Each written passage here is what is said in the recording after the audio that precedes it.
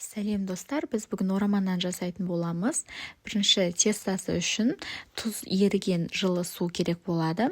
Суымызды біртіндеп құйып тұру арқылы, аз-аздан құйып тұру арқылы теста илейтін боламыз. Біздің тестамыз қатты және слишком жұмсақ болып кетпеуі керек. Осылайынан нанымызды илеп алып, тынғанша бетін жауып қойып қоятын боламыз.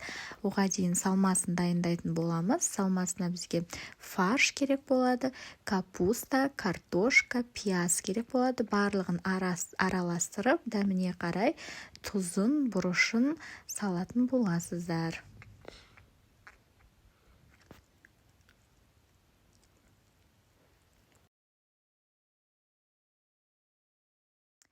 Ораманнанымыз сочный болу үшін осылайынан жарты шыны су қойып жібересіздер және жарты шыныдан азырақ сұйық май қосасыздар. Осылайынан араластыратын боласыздар.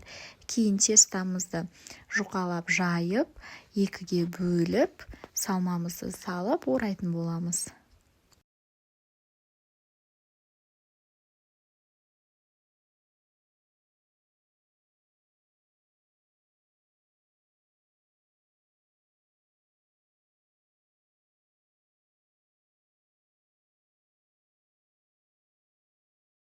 Мантоваркаға 35 минутқа қойып пісіресіздер.